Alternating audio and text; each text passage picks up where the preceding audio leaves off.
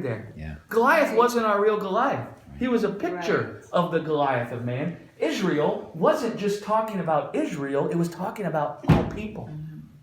And all people had a Goliath. And it was a giant that we couldn't overcome. Right. No matter how much no matter how much we tried to clothe ourselves with our own ability, we still saw ourselves naked, didn't we? Mm-hmm. So serpent was standing there, look, uncovering our naked. Look at your nakedness. Look at your inability. Yeah. That's the real Goliath, man.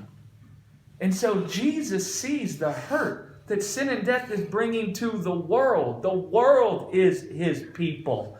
And he doesn't come to condemn the world for sin. He comes as our advocate. Yes. He comes as our friend. He comes to defend our honor. You know, one of the things the word defy means, when it says Goliath was defying Israel, it means to defame. Mm-hmm. You know what it means to defame? To tear down the reputation of one. So Satan was tearing down the reputation of man through the sin and death that they were in bondage to. Right. Jesus came to defend our reputation. I said Jesus came to defend our reputation. He came to defend our honor. He came to defend our dignity. He came to defend our identity. He came to uphold our names by putting his name behind our name. Right. And so, listen, that stands in our hearts today. I can hear the echo of the voice of God in my heart whenever this world tries to uncover my nakedness. Whenever this world tries to fill me with fear and shame by pointing at my nakedness and my inability, I hear the voice of God inside of me saying, "Who is this uncircumcised devil speaking against my son?" His words are unclean.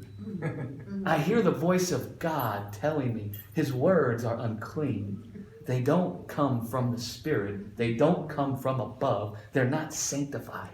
They come from below. They come from the pit of hell. And then that closed my heart. Right? The people were real happy after David slew Goliath. It says they rejoiced. That same rejoicing happens inside of us, man, when we see God as our David and we begin to hear God inside of us conquering the giant, seeing that he did conquer the giant. And then every time Satan tries to come seeking, it says he roams around like a lion seeking whom he may devour. Every time that happens, I hear the voice of God. You know, it's interesting that it says he roams around like a lion. What does it say Jesus is? No lie. You know, so that means he masquerades as if he was the name of God. Right. He masquerades as if he is representing God. He masquerades as an angel of light. So he comes to deceive. Right? So how does he deceive? He convinces the church that his voice is the voice of God. And then he gets the church to preach his word. Right. And then his people are filled with fear and shame. God's people. And God sees his people suffering. And he comes to slay the giant. You know, David picked up 5 stones to slay the giant. You know, in the Hebrew, the 5th letter of the Hebrew alphabet is the letter He, which is the letter for grace. So David slew Goliath with grace. David come full of grace and truth. Slayed the giant. Jesus came full of grace and truth, it says, doesn't it? Yes. And he slayed our giant, our sin and our death. He shut the mouth. David shut the mouth of Goliath. He defended the honor of his people. He defended their name. He came and upheld their name as the people of God. Right. Jesus come and did that. He upheld our reputation. Sin and death was in the earth defaming us, tearing down the reputation of man as the children of God. Yeah. Jesus comes full of grace and truth, and he slays that giant. Amen. Bam.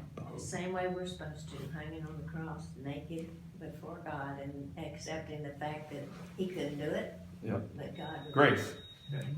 That's grace. Wow.